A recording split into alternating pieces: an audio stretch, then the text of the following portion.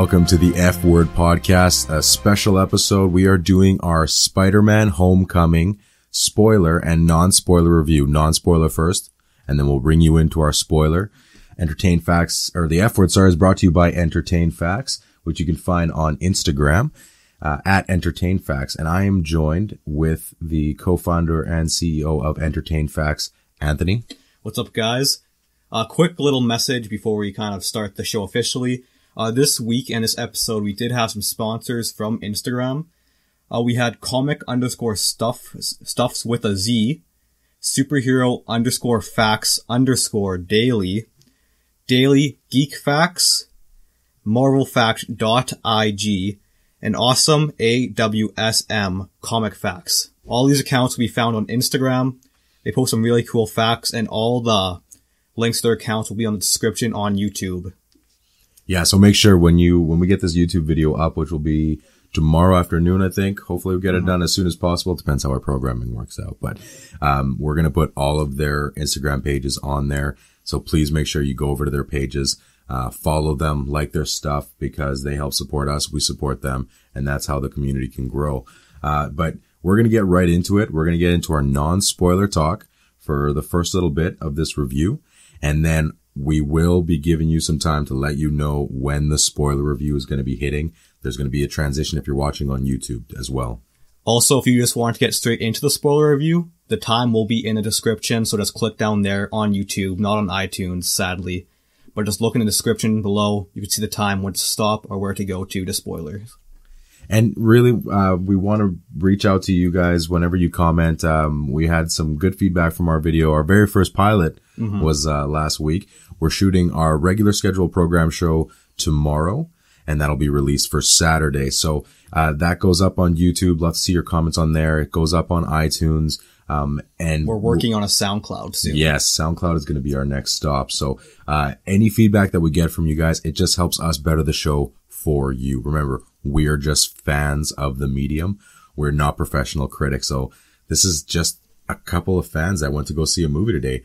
So we're going to start it off. Anthony, what did you think? So, if you guys watched the pilot last week, I said I was skeptical because I thought it was going to be overhyped and like they kind of gave away the whole story in the trailers. But it wasn't really the case. Because I was surprised a couple of times with all the... I won't spoil it here, but with all the kind of... You'll know what I'm talking about with these little scenes. And like the story went much deeper than the actual trailer showed. It had a lot of good action. I like Tom Holland as Spider-Man. I will not say he's better than Tobey Maguire yet. Not there yet, hey? Because there's been 3 movies of Tobey, 1 of Tom, 1 full movie. But I did like it. I've liked every single Spider-Man movie because I'm a total fanboy, but I did like it better than Mark Webb's 2 Spider-Man films back in 2012. Right, The Amazing Spider-Man and The Amazing Spider-Man 2. So when you were mentioning the trailer part, because I think I had the same feeling as well. A lot of the times when I was watching the trailers, and you mentioned it in our podcast last week, you felt like it was giving you too much. But what it was really doing was just kind of, it was a very tiny framework of it.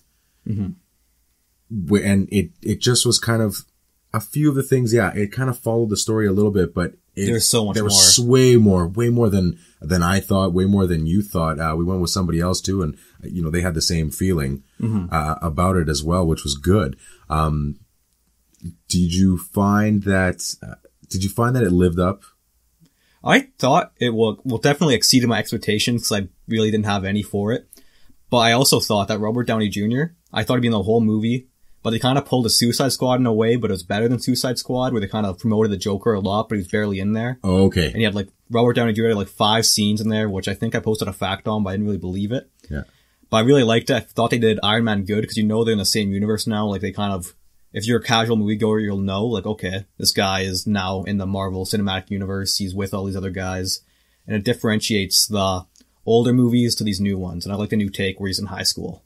Well, and I think a lot of it, you know, for yourself, especially running the page, and for me that, you know, I follow other podcasts, I watch movie news and such. It, you know, we knew that Robert Downey Jr. was a part. We knew Spider-Man was in the Marvel Cinematic Universe, but there's a lot of people that had no idea. Exactly. So I think a lot of it, the trailers were Iron Man heavy, just so people know, hey, here's someone you love. Here's someone we're rebooting, but don't worry, it's still a Spider-Man movie. And people are going to go, oh, sweet, Iron Man's in it, so it must be a big deal. And yeah, for me, he was just in there enough. Yeah, exactly. He wasn't overdone, wasn't underdone. And in the case of Suicide, like the thing with Suicide Squad did it the wrong way for me because they promoted the Joker so much, a lot of the behind the scenes antics and all that. In this one, they just showed a few of the scenes that he was in. There are a few more, but not much more. And again, he was just kind of in there. Never took away from Tom Holland, never took away from the story itself, which is what I really like because this is a Spider-Man movie. Exactly. 100% through and through. I like the villain too. The villain, in my opinion, Marvel Cinematic Universe has a lot of bad villains, a lot of underdeveloped villains, but like Adrian Toomes, I liked how you could get behind him. You understood what he was doing, what he was doing it for. You could kind of get behind his morale and say, you know what, if I was in position, I'd do the same thing. I could like understand where he's coming from and why he's doing it. Really quickly, like this isn't a spoiler either. In terms of, let's say, Loki, who's been kind of our main villain. This is who we reach for. And in terms of the Marvel Cinematic Universe, I mean, everyone would love to see another Heath Ledger Joker, but in the Marvel Cinematic Universe, when you look at Loki being the top villain, and there haven't been that many villains, do you think that he's up there with Loki, or he's still just a little bit below? Loki's our best so far. I think Loki's still the best because I loved him in Avengers, and he's still a prominent villain in all the Thor movies. Not villain, but kind of like anti-hero in the Thor movies. Yep. But I think Adrian Toomes is my second favorite so far.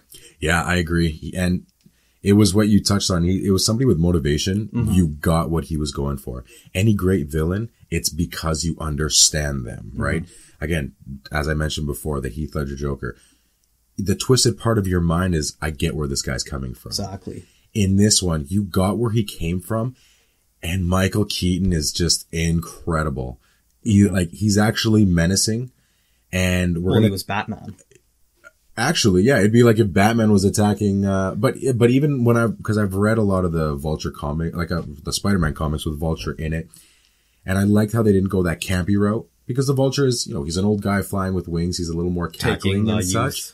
Yeah, but this one was, it was a mix of, if Vulture and Batman had a baby, this is what it would be. I mean, he just would come out of nowhere. He was completely relentless. We're going to talk about it more later on in our spoiler talk, but he was menacing, and he was a presence throughout the entire movie that was just, it wasn't like, oh, somebody shows up, whatever. He was a force to be reckoned with. And speaking of like menacing, I heard the director, I believe it was him who said this, John Watts. He was talking about how like every time you see the Vulture, it's kind of like a horror movie villain. Like you see him and you know he's there. Yeah. He's always that threat. Like it's not some kind of guy who's like to be messed around with. Like you saw him, he looked scary. His suit looked awesome. Even though it wasn't exactly comic accurate, I loved it. It was amazing. And that wasn't even a big deal either. Because it wouldn't make sense for him to be in green spandex. Yeah. Like he had the feathers in his jacket, but it worked with the jacket. Exactly. Imagine if he was in these green spandex with this big puff of just feathers all around him. It would look way too comical. But yeah, he was really good. And most of the people around him, like his supporting cast, was pretty good. They do a thing, again, we're going to talk about it in the spoiler. They do a few things with his henchmen, that are, it was fine. It wasn't anything groundbreaking. It was, it was okay. I do want to say though, the guy that plays, I'm just going to pull it up right now. The guy that plays Spider-Man's friend. Oh, I know the character's name, Ned, but I don't know the actor. Ned, right? And he is he is the same character essentially from the Miles Morales storyline, which they put in here. But that kid, he stole the show. He was funny. So good. Anything he was saying was just perfect. And again, in the spoiler, we'll talk about it more. But Battleon, I know his last name is Battleon. I'm just gonna pull it up. Okay, but I could totally relate to Ned. Like as a character, if I knew my best friend became Spider-Man. You'd be doing, I won't go into it too deep, but I'd be doing everything he was doing. And just the things he did with all the messes up, and like going on his feet, talking to like, say, teachers or other people, trying to distract them. I'd probably do the same thing. Well, yeah. And again, it's not a spoiler because he's already in the trailer. Every trailer they've shown that he's seen, quickly rest in peace, Death Star. I'd be so mad. 3,000 pieces? Oh, yeah. Yeah. They even said it. I couldn't even fathom putting together a 3,000 piece puzzle like that. I know. Or Lego, like that. But no, his friend was great. And most of the cast at the school, the Zendaya character. She was interesting. She was okay. She was kind of there. Like it wasn't. She was too much of a loner, in my opinion. Like, she's kind of like... More angsty? Exactly. Yeah. That teenage angst. She had too much of that teenage angst, and it was a little bit like, okay, thanks. Jacob Batalon, sorry. Oh, Jacob, yes. The character that plays his friend, his name is Jacob Batalon, so he was really good. Mm-hmm. But it was cool because it's actually a high school story. Exactly. And it doesn't circle around Iron Man. It still circles around Spider-Man, but it's Spider-Man living in high school. Has homework, goes to parties. And has to kind of juggle, like everything. Actually having to juggle things. Mm-hmm. Now, I'm a huge fan of Spider-Man 2, and even Spider-Man 1 and 2, both of them, because I remember being in the theater when they first came out. Oh, yes. And, they kind of, in the first Spider-Man, they just glanced on it. What they ended up doing was kind of taking the high school part and more so throwing it into the real life part. Instead of, I've got homework and stuff to do and be Spider-Man, I have to get a job and do this and be Spider-Man at the same time while trying to gain a relationship. But like, it's high school Spider-Man. We finally have one. Exactly. He's one that wasn't 15. What did Nick say? Edward or Jacob from Twilight. Oh, Jacob with Twilight with the hair. Yeah, exactly. He wasn't a big fan of. But you know what? Even going back to Andrew Garfield, I was a fan of his. I loved every Spider-Man movie I've ever seen, but I feel like they kind of brushed on high school. They didn't really focus on it too much. You knew he was in there for like the first movie, but then the second one he just left, and it didn't really focus on it too much. Right, that's kind of always been, that's why I always found him relatable, and that's why I think most people find Spider-Man relatable, because, I mean, Iron Man's rich, Batman's rich. These guys have adult, like, they have their problems, but they have adult problems right now. I mean, Batman lost both his parents, so someone can relate to Batman a little bit more. You can't relate to a guy like Superman because he's an alien, sorry. Exactly. Wonder Woman, you can't really relate to in terms of, I know what it's like because I've never grown up in some random island that's been full of same sex. Full of the same sex people, yeah. But Spider-Man's always been that character that he's in high school at the same time that I'm in high school while you're reading it. He's got to do homework and all this and all that on top of saving people. While even, now you're running around, you're doing, football, you're doing your basketballs, you're doing your homework on top of it, other curricular activities. So yeah, imagine throwing in that Spider-Man part. That's why he's been the most relatable. And I would say this is maybe not the best Spider-Man. I really liked him because I think I'm still leaning towards the Tobey Maguire just because again, I grew up with him, so it's tough to take away from that nostalgia, but he's the most relatable Spider-Man. Yes. For almost everybody, which is, I think, the coolest part, which they were able to do. Mm-hmm. But to be fair with, I think I said this, I don't remember if this one, what do you call it? If we were recording this, but I did say, Tom Holland, he's only had, one movie in, 15 minutes. Yeah. So we have to, wait till a sequel that comes out. Not soon enough, may I add. I think it's 2019? 2019 is going to be directly after, minutes after Infinity War. The first Infinity War. Is it first? First or second? I don't remember. I'll have to fact check that one. Because I think... When does the second one come out? Isn't that 2019 too? Let's take a peek. But I feel like that'd be really good. They left, there's a lot of questions unanswered in this new Spider-Man movie. That'd be really interesting to see in sequels, or just find out how it all unrolled, how his high school is going. How Flash Thompson, I couldn't get behind him. We're a big fan of him, hey? No, he just wasn't menacing. He wasn't threatening to me. It seems more like he was just he was just there. Yeah, exactly. He wasn't a bully. Just to be there. So, just to the Infinity War thing, the first one is in 2018, so the second one will be 2019, and most likely that's when the next Spider-Man standalone will follow minutes on, and we'll talk about more of it tomorrow in our show. There's just some more Spider-Man news that came out, but Revelori, I think is his, is it Tony? Tony. Yeah. He was in a great movie that, it was about a hotel. Now I'm blanking on it. I'm going to find him right now and I'll let you know. I don't want to be that one guy who was hating on him since the trailers. Yeah. Tony Revelori is his name. Mm-hmm. But it's just he wasn't really a bully. He was just kind of that guy who was kind of egging him on. But I feel like he wasn't a big threat, quote unquote threat. He was a dick. Exactly. To put it lightly, he was more so a dick. But also, Flash is supposed to be stronger than Peter, all this. Yeah. But as, a scientific rival, as they put it, Peter was still smarter than him, and he's still doing better than him in every way. So I feel it just didn't pose much of a threat. Like, I don't see how we could be bothered by this.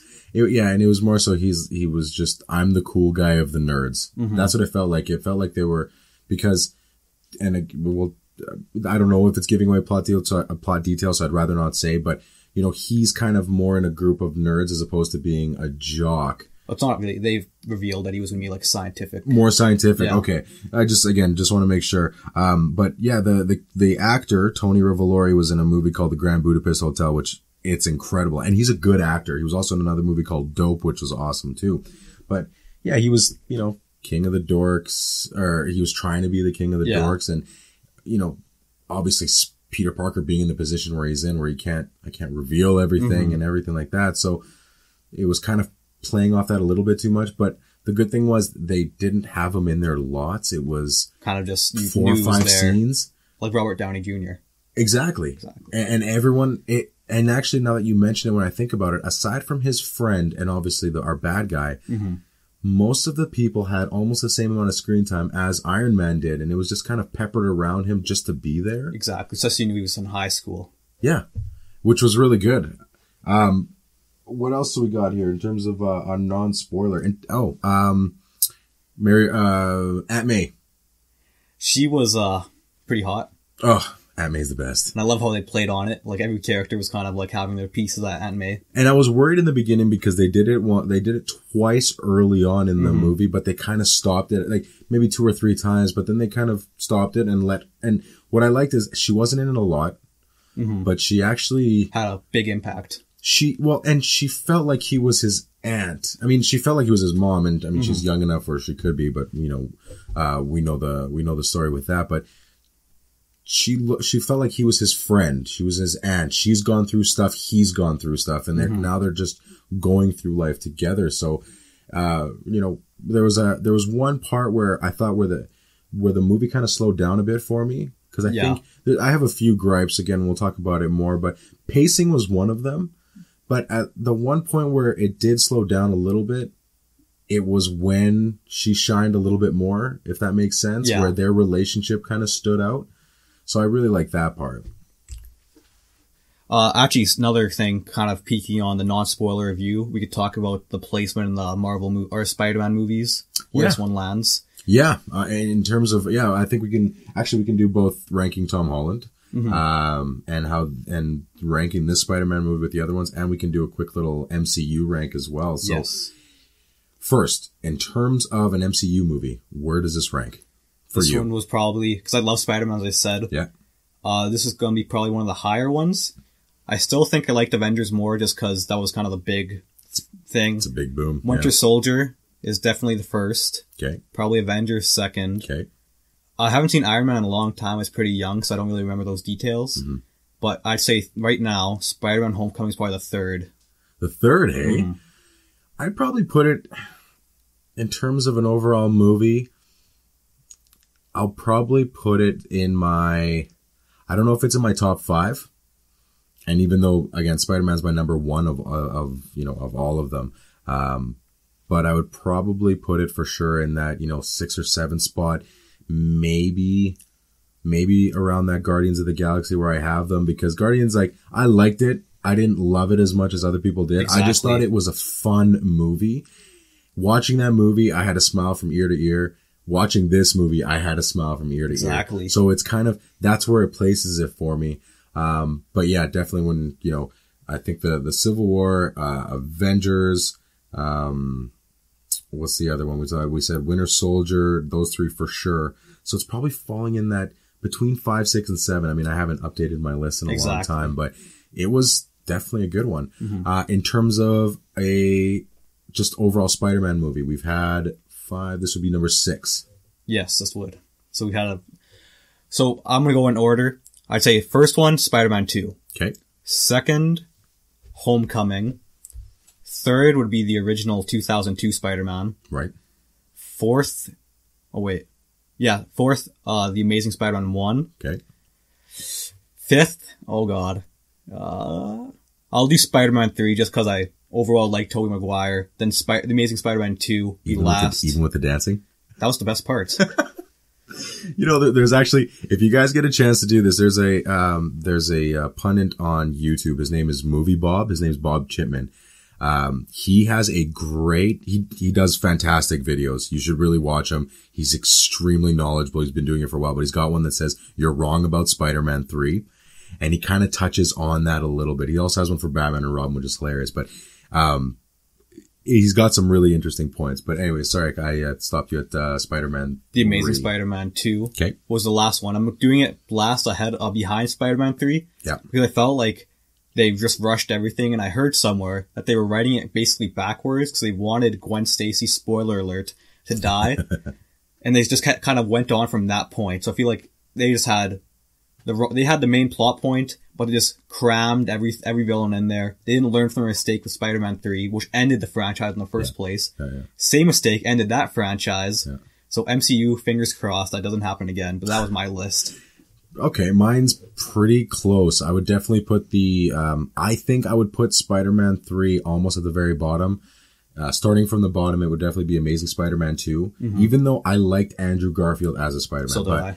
Amazing Spider-Man 2, then it'll go Spider-Man 3, just because I do not like Topher Grace as an actor. I never did. So the Venom thing really hit hard.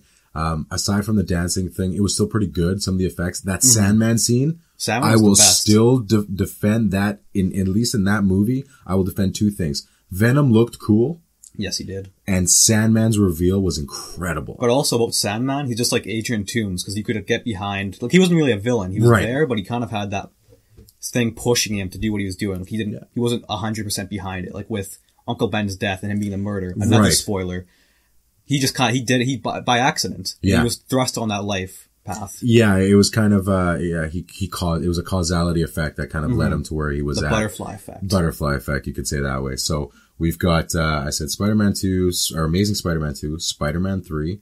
Then I'll go Amazing Spider-Man, the first one. Mm-hmm. And then I'll definitely go Spider-Man 1, Spider-Man Homecoming, and then I still think I have Spider-Man 2 at my top, but just by a fraction, because there's a couple scenes in it that we'll talk about. The train scene, though. You can't beat a train scene. No, that train sequence was incredible. The emotion in it was incredible. The villain. Another great villain, Spider-Man, Doc Ock. Incredible. And you know what? In the first one, Spider-Man, the very first one, the 2002, yep. I liked Willem Dafoe as the Goblin. The suit was kind of off, but I liked him as the Goblin. Did you see, some concept art kind of resurfaced? It was released a while ago, but it showed, his suit ideas with, a purple mix-in with the green, and it looked so dope. Oh, so it was a lot nicer. It was an actual, And then you see, the actual unused one they had with the, kind of more realistic comic thing with the, kind of goblinly, it's hard to describe, but it had, goblinly look, and it looked so he actually had that nose, the nose, the cap, the whole thing, yeah. And yeah, so definitely I liked him as a villain. The movie was really good too, but the Homecoming definitely beats the first one, and it's right up there with the second one, because there's when I go back to pacing on Homecoming versus pacing in Spider-Man 2, Spider-Man 2 went for it. It went boom, boom, boom. Very little lag time, which was great, and it just went for it. So yeah, that's my list. And in terms of a Spider-Man, I think we're both on the same page where we still put Tobey Maguire up over Tom Holland. But Andrew Garfield in the back. In the back end, yeah. And again, when you look at it, them being Spider-Man, what is Spider-Man? He's quippy. He's and has real life problems, real life issues.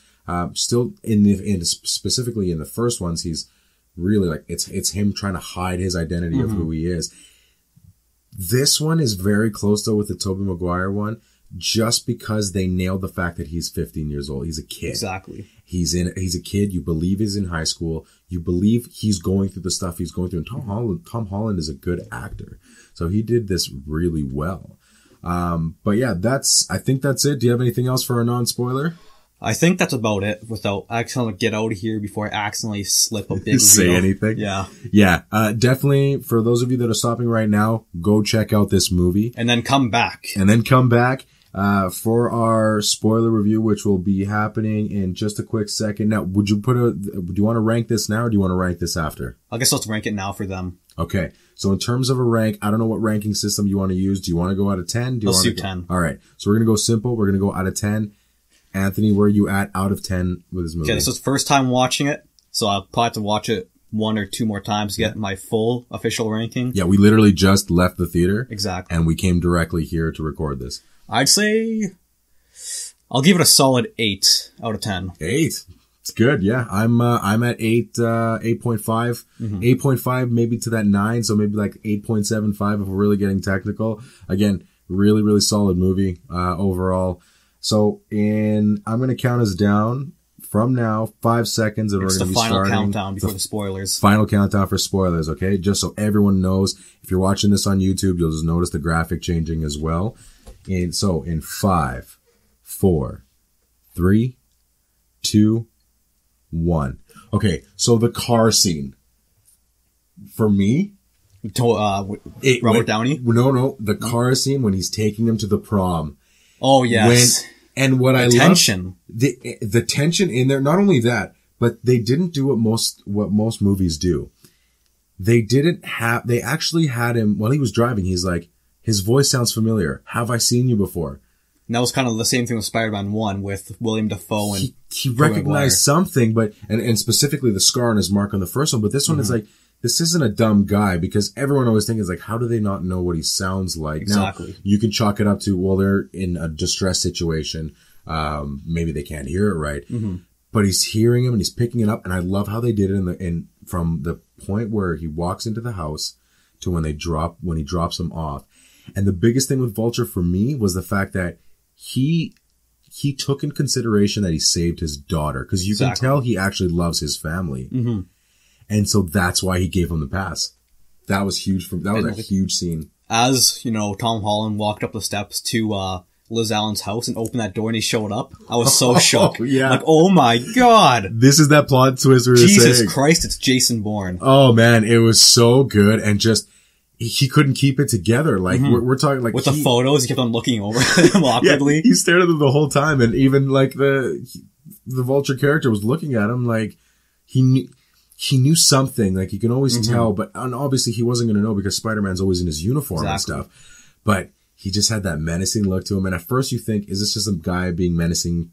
Because he's the father. Yeah, because he's the father and this kid's taking his daughter to the prom and stuff. But then when he started to piece it together, that they had this exchange in the car and it was just so intense and he was not letting up. Like, exactly. He clearly knows this kid can shoot webs and do all this amazing stuff. He's obviously like tangled with him. I think it was the second time.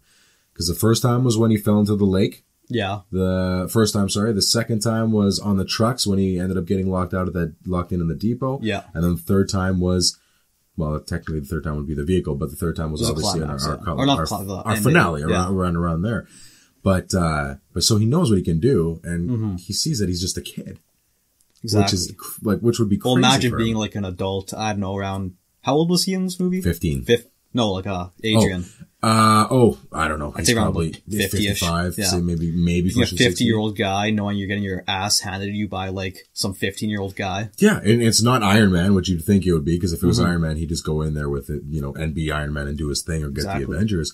It's this kid. Especially towards it, like because obviously if you've seen the trailers, you know that and this is our spoiler anyways, he gets his suit taken away from him. So now he's not even wearing anything with that much support. It's just his own body. What did you think of the shocker?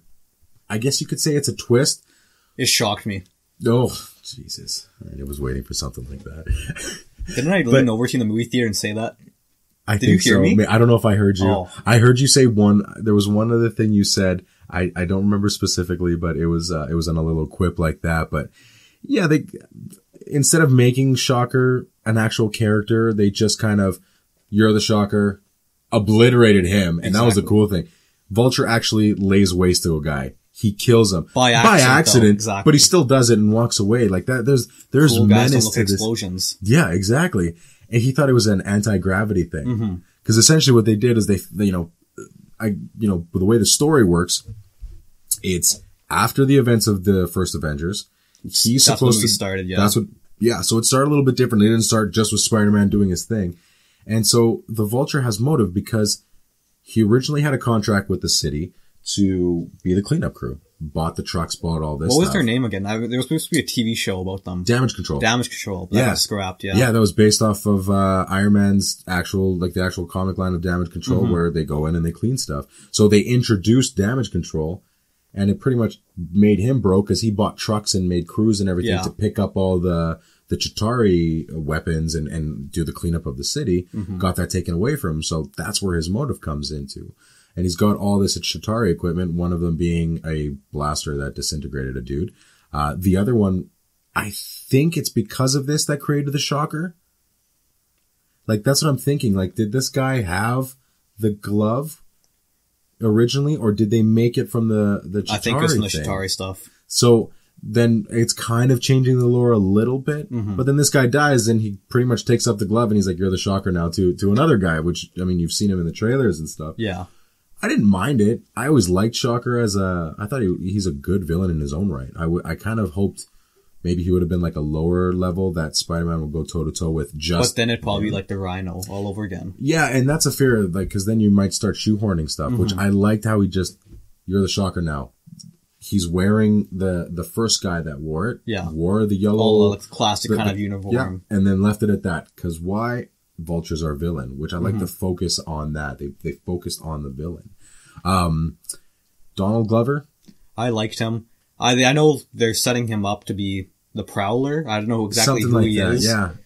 But like, cause I think he climbs walls. I don't know the comic lore, but I remember he was like saying, "Oh, what's that climbing stuff?" or something. I don't know the exact lines. Yeah. But I think he might be like a next villain coming up. Well, and they showcased too, and at the first end credit scene, I think that was the Lizard, or I think the Scorpion, because my brother said he saw the tattoo on his neck. Scorpion. So I don't understand how he fit in the movie. I didn't see him at all. He was on the ferry. So that big ferry scene where they're like Spider-Man's holding the thing together, which was awesome. Like watching that play out was really good. But yeah, he was one of the henchmen. Okay. And he ended up, that's why he's got a scar on his face, because he ended up getting thrown off or something like that. So I also like how they kind of threw homage back to like the Amazing Spider-Man end credit, where the Lizard, Dr. Connors, didn't reveal, like he said, "Don't hurt the boy." And then Adrian Toomes suspected Tom Holland as a kid. Yes. He said, like, "I don't know his name. I don't know who you're talking about." Yeah, because he asked him, he said, like, yeah, because though the end credit scene is pretty much this guy was in his crew saying, yeah, word around the street is we know who we know that you know this kid, or that you know who this person is. And the final climax is great. And he ends up saving him. Yeah, exactly. He ends up being Spider-Man. So just like with his daughter, which I liked about the Vulture, is that his morals were skewed, but he stuck to them. He had principle. Family first always. Yeah. So the fact that he saved his daughter, he gave him the courtesy for the prom. Second, he saved him from dying. Yes, he's going to go to jail and all that stuff, but he saved his life. Second courtesy. I will not tell these guys who you actually are, because a few people found out who he was in this movie, which is more than any other one, aside from Mary Jane finding out, and obviously James Franco's character in the other movies. But in this one, all the villains found out who he was before they got murked. Yes, yeah. All the villains found out. Sandman escaped the curse, though. That's true. He figured out when he lived to tell a tale. That's true. You got a point there. But yeah, so they had the reveals in here. First off being his friend that we've seen in the trailer, which led into him asking all the questions. The man in the chair. The man, yeah, being the man in the chair, or if you're a big Batman fan, the Oracle. Exactly. That Oracle character. He reminds you of like a Cisco Ramon from the Flash TV show. Okay. He's like, I haven't Cisco's seen a them, guy but who's kind of like funny, he tells jokes, but he's a kind of techie guy. Yeah. Exactly. Just remind me exactly of him. See, and that's good. Like and it worked with it. Again, this is a high school story. And if any of you had ever had a chance to, I don't know, we don't know, like we're hoping that this reaches all ages. Look up John Hughes as a director.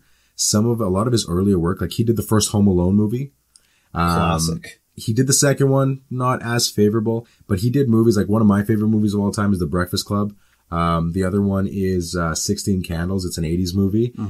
This movie, and everyone's been saying it, it's got a John Hughes feel. It's got a John Hughes feel. And I was like, okay, like that should be fine. It actually had that feel. It had a throwback feel to just a school. The school wasn't, and it's not even to say that the school was its own character. It wasn't. No. The school had a good group of people in there. Like, it felt like it was a school that was operating, and it was extremely diverse, which I really liked. Yeah. Like, if it's a school of today, it wasn't 50 white people, one black person, and 2 Chinese people, and Ned. This school had so much diversity, which was like good on them for doing, especially in the time now where everyone's, the Oscars so white Unlike the Friends, thing, where, there was one black guy in New York. Right, exactly, yeah. And so they really took care to make sure that this school was fleshed out.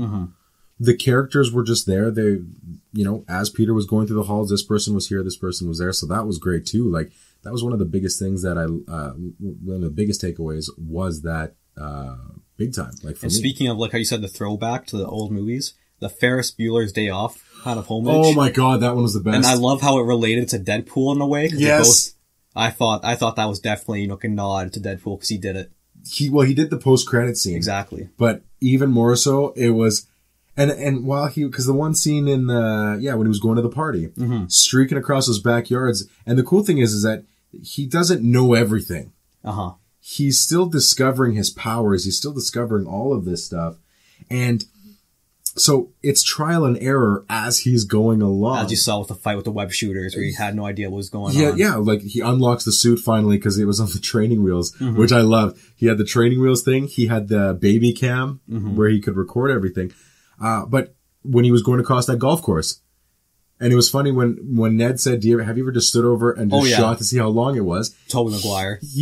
When he just kind of went with it. But even more so, like in this one, he's stuck in the middle of a golf course and he shoots his webs. They only go so far. And it's not like he's grabbing the clouds. Exactly. He had to run across. Like they did such a good job in being like, he doesn't know everything there is to know about Spider-Man. Because in Civil War, he was only in it for he was only Spider-Man minutes. For a bit. Not even just in terms of a scene. From what I understand, he hasn't been Spider-Man for very long. Like 6 months, I think. Something like that. Yeah. So 6 months. I think that's what he said. So he's just learning what he's able to do. He's learning the ropes, or should I say web? I don't know. Well, the jury's out on that one. Please comment on the YouTube if you like that one. Just let us know. But yeah, so they did a really good job with him just learning everything. The suit was cool. Don't get me wrong. It's both suits. The Tony Stark suit that he had, the 500 and something web shooters, him being quippy and trying to figure it all out. It's obviously, what I found is that it's a little bit of an homage to the 80s Spider-Man where he could turn his webs into certain things. Like he used to be able to turn parachutes. Yeah, he had the parachute in there. He had the web wings, which I really like, which is original Stan Lee and Steve Ditko. But like in the cartoons, I remember he used to turn them into keys to open up doors. Oh. He used to like almost like Sandman create a sledgehammer and stuff. It was very campy. It was almost as campy as the Adam West Batman. It's like Batman with utility belt. He has anything for everything. Yeah, exactly. But in this one, they did it really well. That felt natural to how it went. Like, even the opening part where he was leaving school at 2:45 to be Spider-Man and help people do things. And you saw the whole scene where it just changed very slowly. Yeah, and like because you're always like, does he wear it the entire time? Does he not or whatever? And no, he just throws it all on and presses the button. And you can also tell that his webs aren't at advanced, right? His webs run out. The tensile strength is I love how he actually showed him changing, unlike in the Mark Webb kind of 2-film thing where he just always had them ready. He always had them, and then in the Sam Raimi ones, it was a mental thing, which they brought up in the second one, which we're going to talk about this more tomorrow, but there was something interesting that said that, there was no Spidey sense. Exactly. You didn't have... I didn't really notice it, though, as much as I thought I would. No, and it wasn't... And the reason is because it almost felt like we were, at least to me, it felt like I was kind of learning how to be Spider-Man with him. Oh. There we go. Exactly. That's not a bad one. But so that's why it didn't bother me as much, because I'm still trying to figure out how to use this suit. What is this? All 600 combinations for web shooters. Yeah, and so what are these senses that I'm getting from all over the place? So I, you know what? They brought it up. I remember we were talking earlier this week, and I know you weren't a big fan of it, and I was like, well, I remember the Spider-Man 2 where he just ran out because he was not upset, but he was going through a lot of mental stuff. So he wasn't able to be Spider-Man because mentally he wasn't prepared to do it. They went a different route with the organic web shooting, like straight from his body and stuff, which I thought they still did good in the context of that movie. Well, originally, they actually had I think they made web shooters, like in the first trailer Yeah. we had them, but they decided, you know what? Just to take them out. Yeah. And it was probably easier for storytelling purposes that you don't have to worry about like Them breaking. Okay, he shoots. It's almost like in a shootout. Mm-hmm. The good shootouts, they always count the bullets so people know, and they run out of bullets relatively, you know, at the time that they're supposed to, as opposed to some other ones where people are just firing a 6-shooter for 10 minutes and everything's fine. But yeah, the suit was really, really cool. We'll leave they revealed the Iron Spider suit. I got spoiled on Instagram, yeah. Is that the one you got spoiled? This is what it said, okay? It said, Iron Spider MCU suit. Don't swipe left if you don't want to be spoiled. You did it. It's right there in the caption. What do you mean, don't swipe left? So I swiped left. I'm so mad, but I'm so excited at the same time. How did you think the look of it was? I don't know. It didn't really look like the comic one. It didn't have the tentacles and everything going out, or I guess they wouldn't be tentacles, but and then it didn't have the same color. It almost kind of was like, it was like the Spider-Man classic suit, but you can tell it was, you know, the inspiration. I'm glad he was kept the original suit though. That one, so good. And it was, it's a really good suit. And this one was the way that they, you know, did it at the end there where he was, you know, getting him to be an Avenger and stuff like that. I like that you know, obviously the hero's journey, and he's going to realize that, you know, because the whole movie, essentially, he wants to be an Avenger. All the stuff he's doing. He's texting Happy, which I'm so glad Happy was in this. I love Chef. Chef is an amazing movie. So good. If you haven't get a chance. I think it's on Netflix. Chef. It is on Netflix. And, but I love that Happy was in this because it's kind of like, where has he been this entire time, right?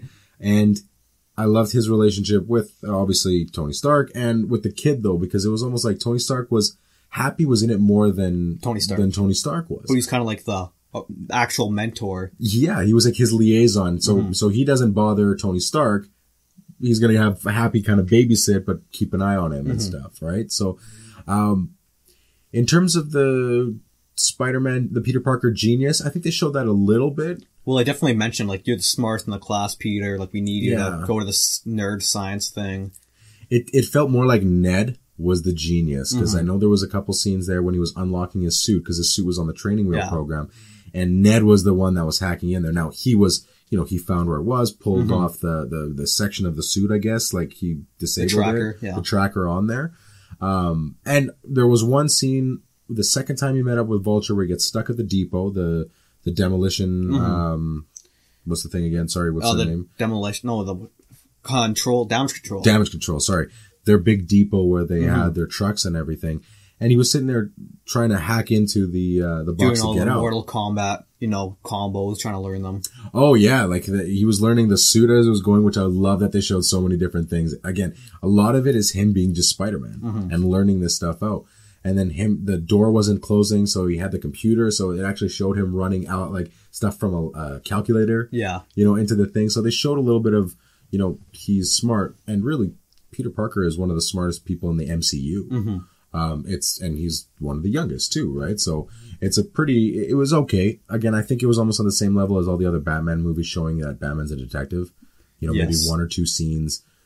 Again, we talked about it last week. Hopefully the new one is a little bit changing, but, anything else anything that I'm missing here? Anything else in this that really stuck out to you, that you liked or didn't like? Yeah, well, there's this one character, I don't know his name in the movie. He's kind of the teacher. His name's Martin Starr, though. He, was kind of the field trip supervisor, and he's, what's his name? He's on Silicon Valley, the HBO comedy.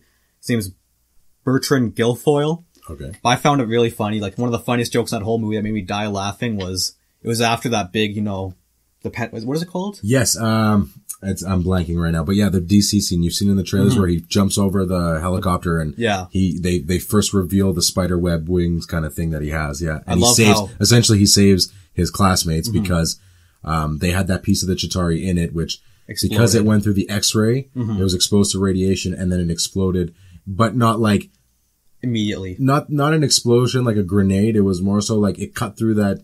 It made a shockwave and it cut through the elevator, causing him to have to go through and help them. But yeah, go ahead. Well, my favorite joke in that was he was getting interviewed after. He's like, yeah, I'm just glad everyone made it all right. I just couldn't lose another kid, not again. And I just died laughing. Yeah, on a field trip. And that was the thing. There's a lot of little subtle stuff. The only subtle thing I didn't care for was Zendaya. Again, I mentioned it. Like, she was just kind of there, but they could have, like, she didn't need to be in the movie. And at the end, they kind of said, her name's Michelle in it. And she's like, oh, my friends call me MJ, even though she's like, oh, I don't have friends. And and Ned even said it. He's like, you said you don't have friends. And then she gives Peter a look like, oh, whatever, like I think you're cute kind of look. Because the other girl that he liked, the one that they showed in the trailer that he was looking at, her name's Liz. Which turned out to be Vulture's dad. Which I thought was, again, did we mention that? Yeah, we did. Yeah, okay. So for the MJ thing, I think it was more of just, here you go. Otherwise, they'd call her Mary the entire time. Exactly. And everyone can speculate, is it, isn't it? And then she can... It was like without, I think, Betty Brandt. Okay. It was like, people saw her wearing the, what do you call it? The thing that goes in your hair. Right. Like, she thought, oh, well, you know, Gwen Stacy wears that, must be here. That's what I hate about this movie, because there's one African-American kid, Miles Morales. Right. And just like, not speculating. And it probably won't be. No. Because first of all, Miles Morales was a lot younger than Peter Parker. Also, Sony's doing their own thing, so no way. Yeah, and also Donald Glover is doing the animated. He's voicing Miles Morales in an animated. That was in Ultimate Spider-Man, the TV. But there's a new one coming out. I don't think he's voicing him. Well, I'm not sure. I know that he's doing something involved. I know he's doing something with Deadpool, but I did hear that he was going to be voicing Miles Morales. But we'll have to fact check that one. That's not confirmed yet. Again, we talked about the plot twist. With the Vulture being her dad and the scene in the car. The last scene with Aunt May finding out Peter's Spider-Man. You know what? That killed me. It was awesome. She finds out and all, she's like, what the... And before she says it, I thought that was great. Because in Amazing Spider-Man, she knew. Did right? She? Yeah, in the Amazing Spider-Man 2, pretty much she's like, yeah, I knew. Why do you think... Like, she was commenting on his... clothes being I haven't seen it in a while, but she found out. I'm pretty sure in the Sam Raimi ones she knew as well. Well, she kind of had those little spiels. Yeah, the hero, like you know, people need Spider-Man. Where's Spider-Man, Peter? Right, exactly. So they kind of hinted that she knew, but this one she finds out much the same way as Ned did, where you know he comes into the room and all sneakily calls out her name because he gets the suit back and he's super happy to have his suit back. And then he can actually be the friendly neighborhood Spider-Man because he's being drafted to the Avengers and his decision at the end, while wanting to be the Avengers the entire time, he's like, no, I want to be on the ground, be the friendly neighborhood Spider-Man kind of thing. Get free churros. Get his free churros and stuff. So it was nice because you like Tom Holland, right? Like you like him as a kid. There was one scene where before the finale where the building fell down on him. And I thought that was a really powerful scene. I love the way they did it because it was his ultimate vulnerability to that first step in him finding out how much power he actually has. Exactly. Right? And he mentioned it earlier on and he said it in the thing where in the trailer where he's like, yeah, I can stop a bus with my bare hands. Why does Tony Stark treating me like a kid? Because again, after that fairy thing, Tony Stark is just trying to make sure that he doesn't get murked. Well, not just that. He doesn't turn into him. And he's finally learning how it is to be an adult. You look at Tony Stark's arc. Went from an arms dealer, didn't care about anything. Then he found out that his weapons were being sold off to the enemy. Then it went on further to him creating, again, Ultron and him causing a lot of the issues that the Avengers are facing. And so he's learned a lot, right? So, and now Pepper's back. I know. I did not see that coming. I was so shocked. Because her contract ended. Because her contract ended. They brought her back. I guess she'll be back now because they're engaged. That was the big, I guess that would be one of the big ones is that Happy had an engagement ring and he says, I've been saving it since 2008, which I thought was really funny. Because again, when Peter goes there and he's like, oh, what do you have there? Do you have, what did he say?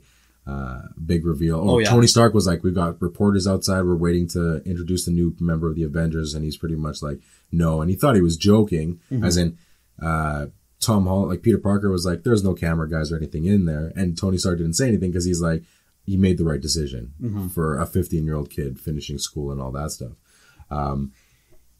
Yeah, I don't know. We've covered a lot. I don't know if there's anything else that... One more thing I want to mention. So I saw Guardians of the Galaxy Volume 2 when it came out.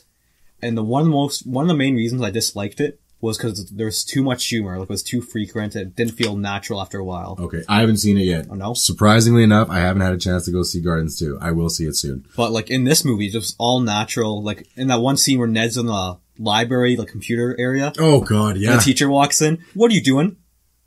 Watching porn. That was his first one. That was the best part because, yeah, he's running between both computers trying to get everything done. He's being the computer guy or whatever. Yeah, the man in the chair. Fact that they said that.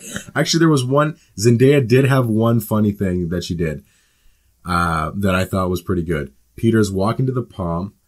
He's at the doors. And she flips him off. And she gives him the finger, which I thought was quite bold, but she's in kind of Marvel, looking at him. they're showing, like, high school kids being high school kids, not sugarcoating it. And that's the thing, like, these kids felt like they were of the time, right? Mm-hmm. Like, high school was much different from, my time. And it was over 10 years ago. You weren't getting bullied by a science nerd. Yeah, exactly. I wasn't a bully.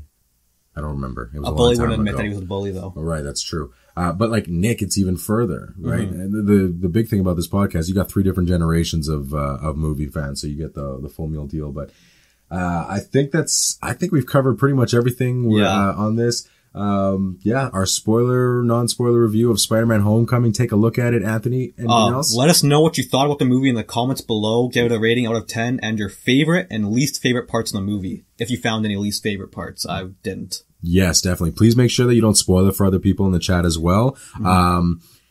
I guess it's going to be tough on the chat, but for those of you watching, if you haven't seen Spider-Man yet, yeah, why would you look in a YouTube comment section? Right. Don't look at the comments. Just look at where we... Well, it's too late now. They wouldn't be listening to this. Yeah, that's a good point. Put spoiler alert in your comments. But again, we thank you for joining us. We're going to be doing our regular program tomorrow. That will be airing around Saturday at around 11. Mm-hmm. That'll be the second official episode. Again, this is just a special. This is 1.5. Yeah, this is 1.5. And then episode 2 will officially happen tomorrow. Mm-hmm. Thanks everybody for joining us. Anthony, anything else?